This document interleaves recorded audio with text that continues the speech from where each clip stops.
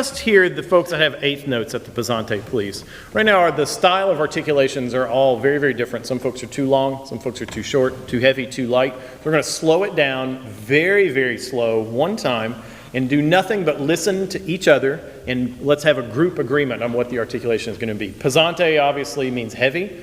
We are going to play heavy but not overly heavy, okay, is the way I would describe it. So marked. Ready? Right on 50, just the eighth note, folks. 1 and ready and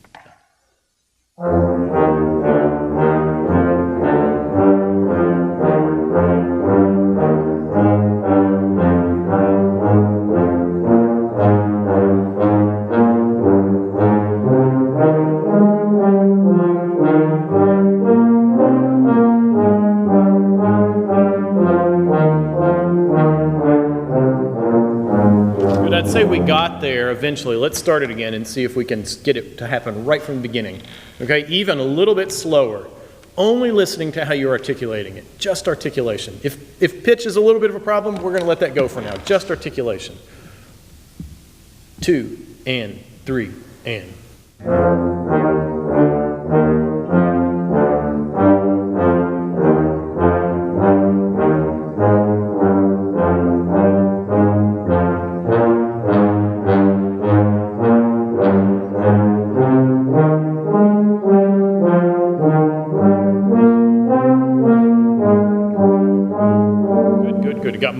Got much better. Let's go take it back up close to tempo, and then we'll put everybody together and do it one more time. Pesante, just the eighth note, folks. Right on it. 1 and 2 and 3.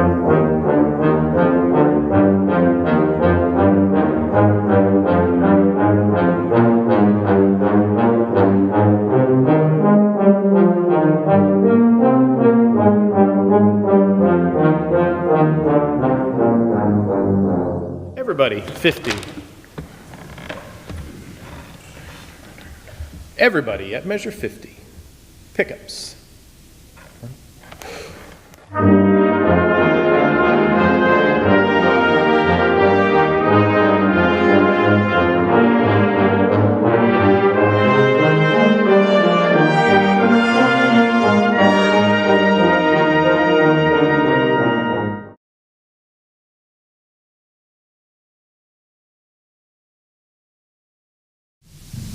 Letter F, please.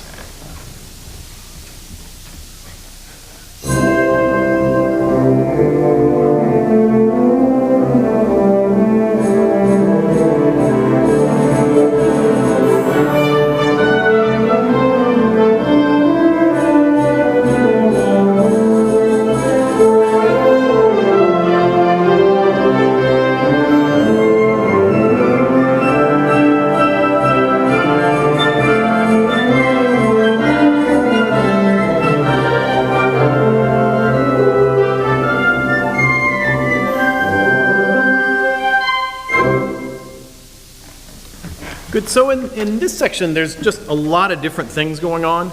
There's legato lines. There's articulated, repeated ostinati. There's little technical episodes that happen very, very quickly. So what I'd like to do is slow it down so you can not worry about playing your part and listen to the style that the collective group is playing with. Make sure what you're playing is matching with that. It should not always be the same style. It should just fit with what else is going on. So we have the low brass playing a rhythmic eighth notes. We've got a counter melody in the horns. We've got a beautiful little line in the saxophones and bass clarinets. A little interruption by the clarinets in the fourth bar of this.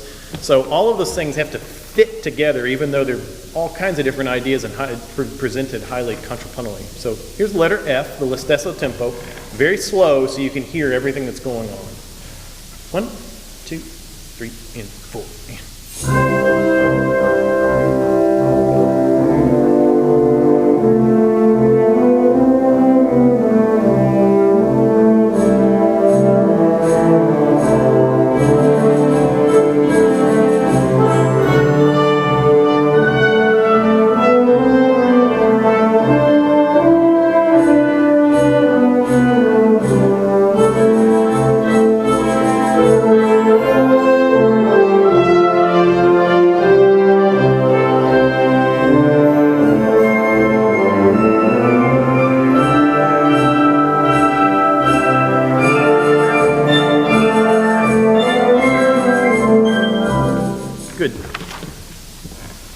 going on, a lot going on. If you can, when you enter, if you're resting and then enter in with an idea that we've not heard before, just make sure you present it in a way that we A, hear it, and B, it has personality. So clarinets, for example, in the 1, 2, 3, the fourth measure, even though it's tenuto, think about those tenuto as being heavy, okay, that they're going to punch through the texture. Here's letter F, same tempo, maybe slightly faster, and really trying to match all this different information going on, make sure it all is fitting into a whole, okay? Letter F, 2, 3, and.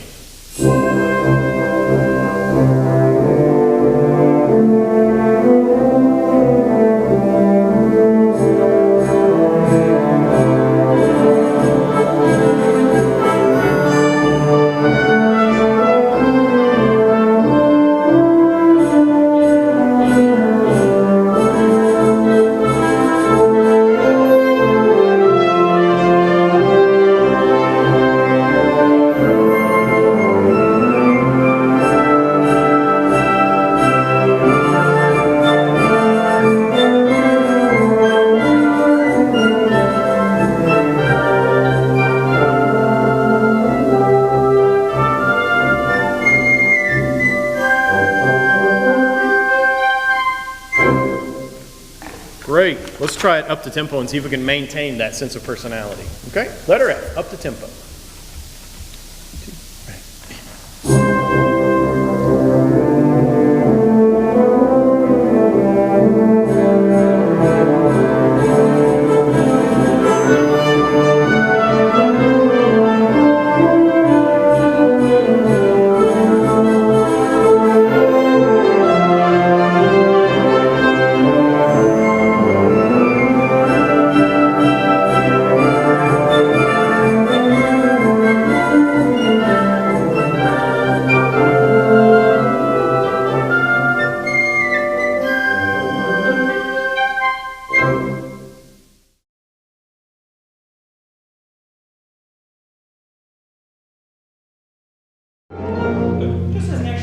Isolate even more, just hold the first note at 70, because our balance isn't quite where we want it to be. Hold your first note. Can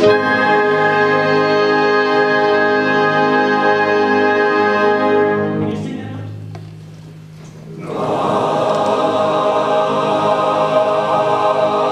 When you make your instruments obey, you sing with good pitch and good balance.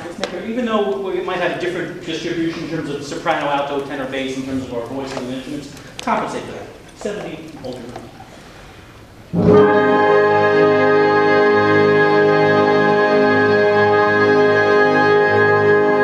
Anyone who has the A naturals, can you hold those? A flat, sorry. Sorry. Funny, I looked and I'm like, I think it's, and I missed the key signature. All right, we'll edit that. If you have the A flats, can you hold the A flats?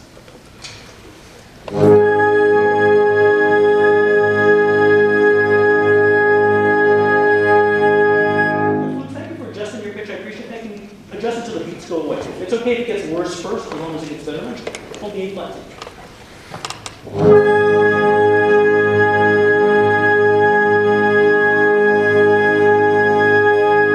And we have E flats, so A flats and E flats, root and fifth.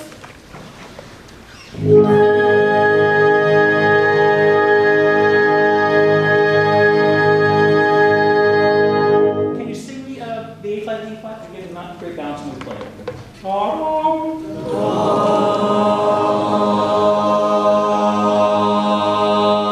Yeah, no C naturals for now. So when you play the A flats and E flats, we need a little more E flat. It's the second most important pitch in the chord, right? The root is the most important. E flat as the fifth would be the second most important.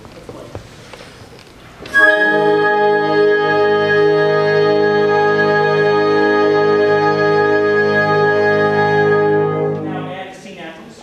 So A flat, E flat, C natural.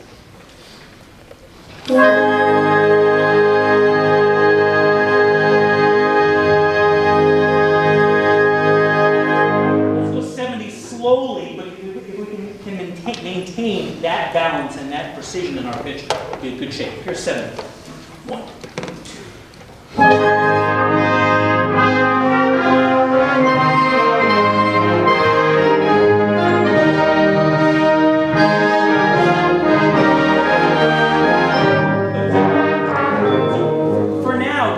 worry about if you have, well, I have to have an inner voice that should come out now, but just maintain the vertical sense of it. So vertically, perfectly balanced, perfectly in tune. And then we'll worry about bringing out some of these canonic figures that overlap.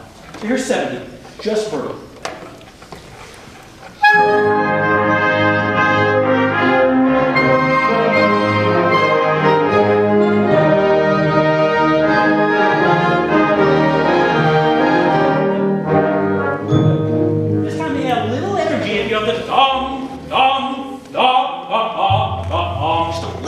Same kind of accent we talked before in terms of kind of a floating or whoosh accent as opposed to a dot accent. Let's try it. 70. Let's still think vertical. Let's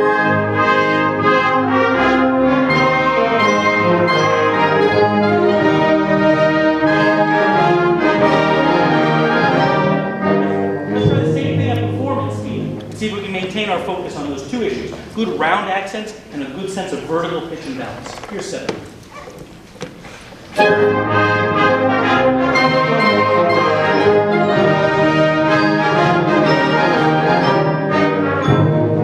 losing, if we have our pyramid of balance, our top part has fattened a bit, so we kind of have a trapezoid of balance. If you go back to a pyramid of balance, you're being thin at the top and fat at the bottom. Now listen to the quality of your accents so they all match. Sometimes we're getting da, da, da, da, whoa, whoa. Whatever the trumpets give us, we all have to match that.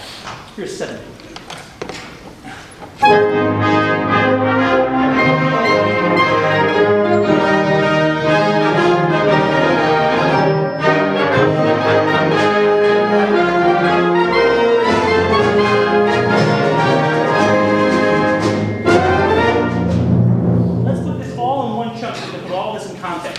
And just consolidate some of the things we rehearsed. So we'll start, please, at 2 before 47.